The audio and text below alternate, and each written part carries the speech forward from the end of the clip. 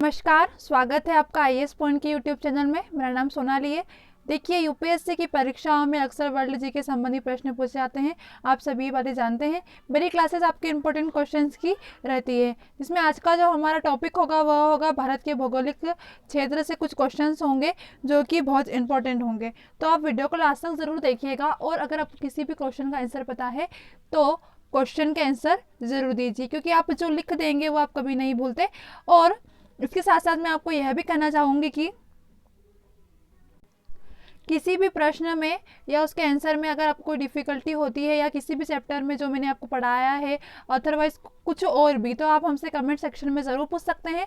आपको उस चीज़ का समाधान ज़रूर मिलेगा। चलिए, तो आज हमारा पहला प्रश्न यह है। पहला प्रश्न है, निम्नलिखित में से किस बायोम में पेड़ नहीं होते। ठीक है, बायोम में क्या पेड़ नहीं होते, हमसे ऐसा पूछा गया है। देखो ऑप्शन लिखेंगे, टेगा, टुंड्रा, चपरल या सवाना। इसमें से अगर आपको आंसर पता है तो आप आंसर जरूर कमेंट कीजिए।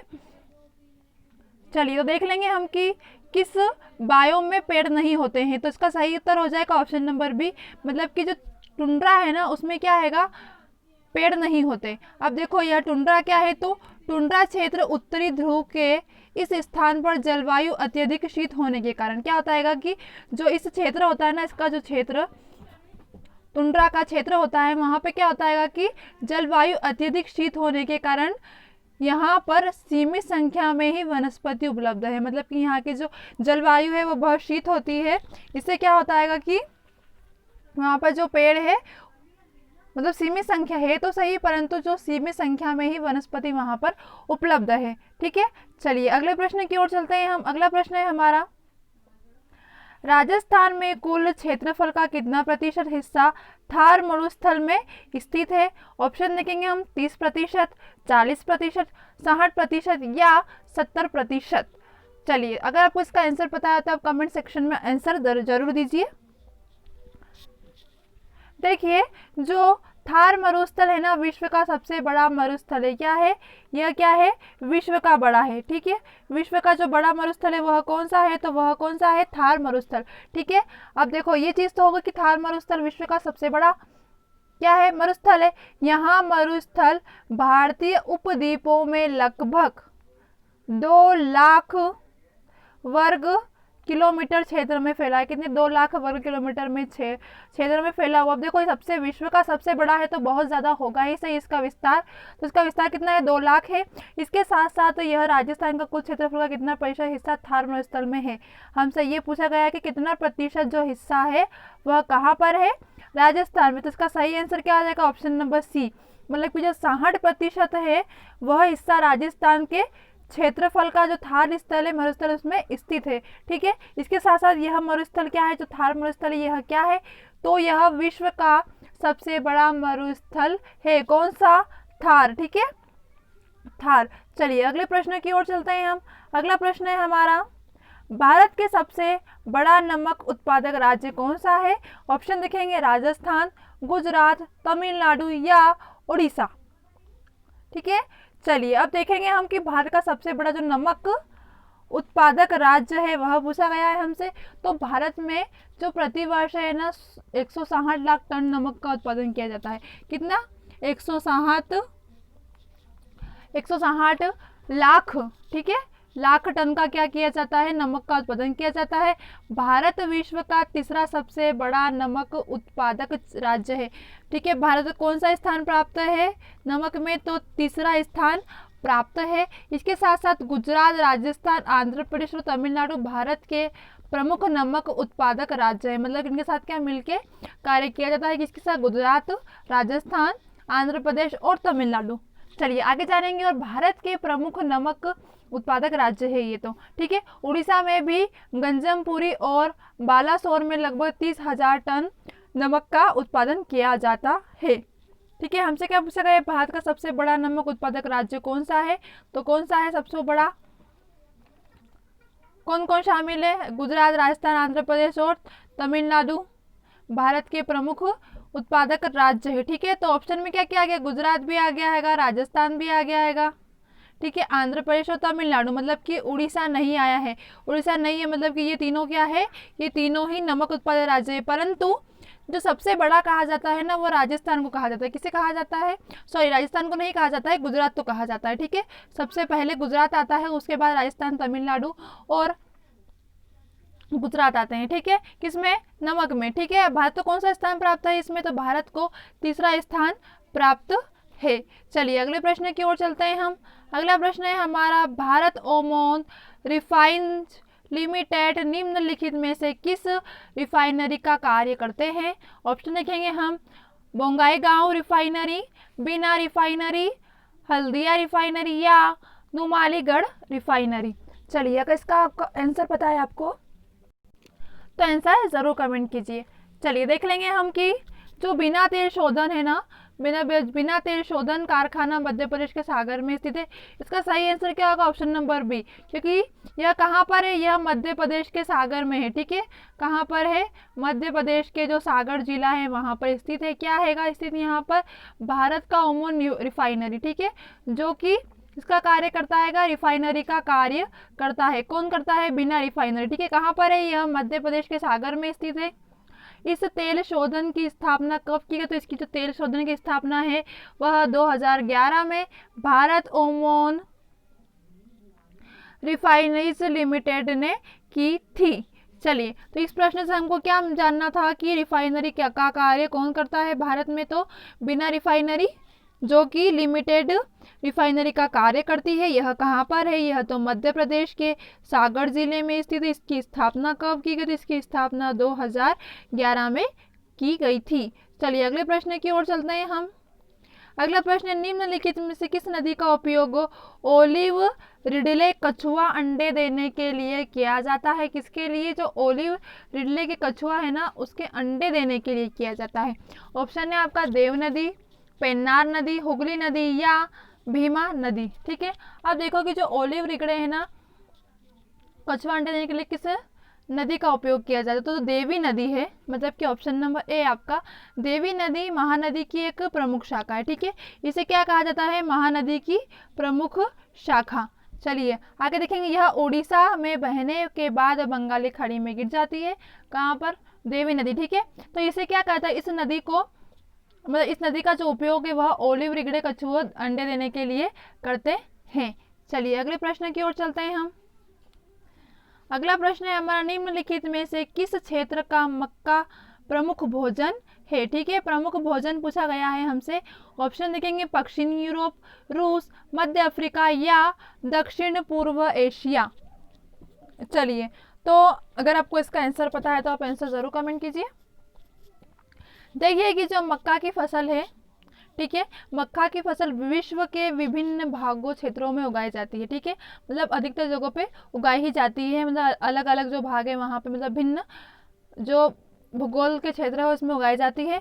इसमें विटामिन ए, सी और कार्बोहाइड्रेट प्रचुर मात्रा में पाया जाता है। किसमें, मक्का में क्या पाया जाता है, विटामिन ए, सी और कार्बोहाइड्रेट पाया जाता है। ठीक है, इसके साथ साथ देख लेंगे हम कि यह आवश्यकता पोषण तत्वों की ऊर्जा के लिए एक अच्छा स्रोत है। ठीक है, किसके लिए, अच्छा स्रोत है। ठीक है, इसके लिए सबसे ज़्यादा यह जो मध्य अफ्रीका है ना, वहाँ पर यह मक्का प्रचुर, मतलब कि प्रथम क्या इसका बोल दो कि मतलब बहुत इंपॉर्टेंट या प्रमुख भोजन है। कहाँ का आएगा, मध्य अफ्रीका का। क्या है, मक्का। ठीक है, क्योंकि इसमें क्या है, इसमें ना विटामिन सी बहुत पाया जाता है और कार्बोहाइड्रेट जो है वह प्रचुर मात्रा में पाया जाता है, जो कि आवश्यक पोषण तत्वों तथा ऊर्जा के लिए बहुत अच्छा होता है। इसलिए जो मध्य अफ्रीका का है वहाँ का यह मक्का प्रमुख भोजन है। चलिए अगले प्रश्न की ओर चलते हैं हम। अगला प्रश्न है हमारा, संकोश नदी किन दो राज्यों के बीच सीमा बनाती है। ऑप्शन देखेंगे हम, बिहार और पश्चिम बंगाल, असम और अरुणाचल प्रदेश, असम और पश्चिम बंगाल या बिहार और झारखंड। अगर आपको इसका उत्तर पता है तो आप उत्तर कमेंट जरूर कीजिए। चलिए हम देख लेंगे अब संकोश नदी के बारे में। तो संकोश नदी उत्तरी भूटान से निकलती है। कहाँ से निकलती है, यह उत्तरी भूटान से। ठीक है, अब क्वेश्चन के बारे में पढ़ ले तो फिर पूरा ही पढ़ना अच्छा रहता है। देखिए, तो जो संकोश नदी है यह उत्तरी भूटान से निकलती है। असम में यह नदी ब्रह्मपुत्र में सम्मिलित हो जाती है। यह नदी असम और अरुणाचल प्रदेश के बीच सीमा का निर्माण करती है। किस किस के बीच करती है? तो यह नदी असम और अरुणाचल प्रदेश, ठीक है, यानी कि ऑप्शन नंबर बी आपका सही हो जाएगा। असम और अरुणाचल प्रदेश के बीच क्या करती है? यह सीमा का निर्माण करती है। इसके साथ साथ जो संकोश नदी है यह कहाँ से निकलती है? तो संकोश नदी उत्तरी भूटान से निकलने वाली नदी है। यह आगे जाके क्या होता है कि यह नदी ब्रह्मपुत्र में सम्मिलित हो जाती है। हमसे प्रश्न पूछा गया है कि दो राज्यों के बीच, किन दो राज्यों के बीच सीमा बनाती है? तो असम और अरुणाचल प्रदेश के बीच क्या करती है? सीमा बनाती है। कौन सी नदी? संकोश नदी। चलिए, ये तो आपको याद हो ही गया होगा। अगली ओर चलते हैं, मोस्ट इंपोर्टेंट है यह। पीर पंजाल पर्वत श्रेणी किस राज्य में स्थित है? ऑप्शन देखेंगे अरुणाचल प्रदेश, जम्मू कश्मीर, पंजाब या उत्तराखंड। लगभग सभी बच्चों को इसका आंसर तो आता ही होगा। चलिए, अब पीर पंजाल के बारे में देख लेंगे हम। तो पीर पंजाल जो श्रेणी है आंतरिक हिमालय में स्थित है। कहाँ पर है?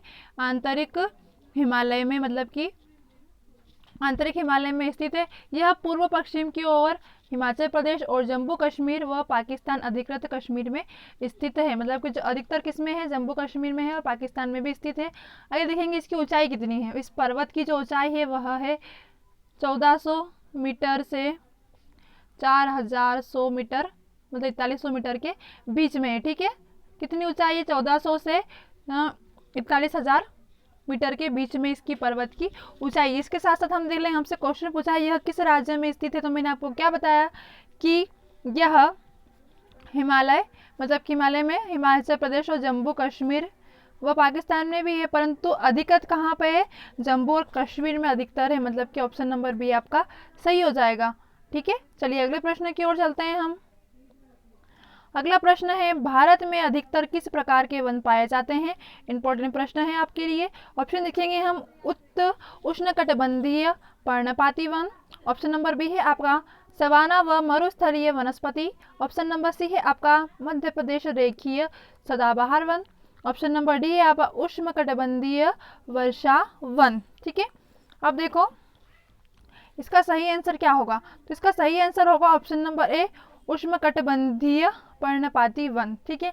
अब यह कैसे होगा मैम? तो देखिए, भारत में अधिकतर उष्णकटिबंधीय जो पर्णपाती वन पाए जाते हैं, ठीक है। अब इन्हें क्या मानसून भी कहा जाता है, ठीक है। इन जो पर्वत है इन्हें मानसून भी कहा जाता है। इनके बारे में पहले जानकारी देख लीजिए कि जो उष्णकटिबंधीय पर्णपाती वन है ना, इसे मानसून भी कहा जाता है। यह वन 10 से 200 सेंटीमीटर वर्षा वाले क्षेत्र में पाए जाते हैं। आप सभी जानते हैं हमारे यहाँ पे अधिक, मतलब इतना नहीं है कि बहुत ज़्यादा वर्षा होती है, ना ही सूखा रहता है ना ही अत्यधिक वर्षा है, मतलब कि नॉर्मली रहता है। तो ठीक है, तो यह जो वन है ना उष्णकटिबंधीय पर्णपाती वन, यह 70 से 200, ठीक है, 70 से 200 सेंटीमीटर वर्ष वाले क्षेत्र में पाए जाते हैं। इन वनों में चंदन, शीशम, महुआ, साल, टीक व बांस वृक्ष पाए जाते हैं। एक बार और रिपीट कर देती हूँ मैं ताकि आपको कंफ्यूज ना हो। भारत में अधिकतर उष्णकटिबंधीय पर्णपाती वन पाए जाते हैं। हाँ चलो ठीक है मैम, आगे मानसून, इसे क्या कहा जाता है? इसे मानसून वन भी कहा जाता है। हाँ मैम, अब देखो कि यह वन किस क्षेत्र में पाए? 70 से, देखो 70 से जो 200 सेंटीमीटर वाली वर्षा होती है ना, सिर्फ वहीं पर उष्णकटिबंधीय पर्णपाती वन पाए जाते हैं। हमारा भारत इसी में आता है। 200 सेंटीमीटर वाली वर्षा में ना ही यहाँ पर अत्यधिक वर्षा होती है, ना ही यहाँ पर सूखा रहता है, ठीक है। मतलब एक नॉर्मल सा, मतलब नॉर्मली रहता है सारी चीज़ें, ठीक है। देखो अब इसमें से वन कौन कौन से होगा? तो वन जो होंगे वह चंदन, शीशम, महुआ, साल, टीक व बांस के वृक्ष पाए जाते हैं। चलिए अगले प्रश्न की ओर चलते हैं हम। बिना ऑक्सीजन आपूर्ति के माउंट एवरेस्ट की चढ़ाई करने वाले पहले व्यक्ति कौन थे? ठीक है, ऑप्शन देखो, बिना ऑक्सीजन के पूछा है, ठीक है। बिना ऑक्सीजन की आपूर्ति के माउंट एवरेस्ट की चढ़ाई पर चढ़ने वाले प्रथम व्यक्ति कौन थे? ऑप्शन देखेंगे हम, Terrence Bannon, Duncan चेसेल, Reinhold Messner या जीन त्रोइले। अगर आपको इसका आंसर पता है तो आप आंसर जरूर कमेंट शो कीजिए। चलिए देख लेंगे हम जर्मनी के कौन? राइनहोल्ड मेंसर, ठीक है, जो कि इन्होंने क्या किया था 1978 में, ठीक है, कब 1978 में इनके एक साथी थे जिनका नाम था पीटर होबेलेर, ठीक है, क्या नाम था, पीटर होबेलेर। इन्होंने क्या किया था, इनके साथ बिना ऑक्सीजन के माउंट एवरेस्ट पर चढ़ाई की थी। वे समुद्र तल से 8000 मीटर से अधिक ऊंचाई वाले सभी पर्वतों पर चढ़ाई करने वाले पहले व्यक्ति थे, ठीक है, मतलब कि जो 8000 से ऊंचे जितने भी मतलब पर्वत है ना उन पर इन्होंने चढ़ाई की है। इसके बाद क्या हुआ, इन्होंने जो माउंट एवरेस्ट है, ठीक है, सबसे ऊंचा माना जाता है हमारे यहाँ का, तो इन्होंने क्या किया था कि बिना ऑक्सीजन के आपूर्ति के माउंट एवरेस्ट की चढ़ाई की थी। किसने, राइनहोल्ड मेसनर और इनके साथी पीटर हेबेलर ने। चलिए इसके अगले प्रश्न की ओर चलते हैं। अगला प्रश्न होगा आपके लिए, यह होमवर्क होगा ठीक है, चलिए देखेंगे। भारत भूमध्य रेखा के उत्तरी में किस मतलब उत्तरी पूछ रही हूँ, ठीक है, उत्तरी में किस अक्षांश के बीच में स्थित है। ऑप्शन है 8 डिग्री 4 से 37 डिग्री 6 तक। ऑप्शन नंबर बी है 7 डिग्री 4 से 39 डिग्री 6 तक। ऑप्शन नंबर सी है आपका 8 डिग्री 7 से 36 डिग्री 6 तक। ऑप्शन नंबर डी है आपका 7 डिग्री 4 से 40 डिग्री 6 तक। चलिए इसका आंसर आपको कमेंट बॉक्स में देना है। इसके साथ साथ हम मिलते हैं हमारी कल की क्लास में, तब तक के लिए आपको बेस्ट ऑफ लक।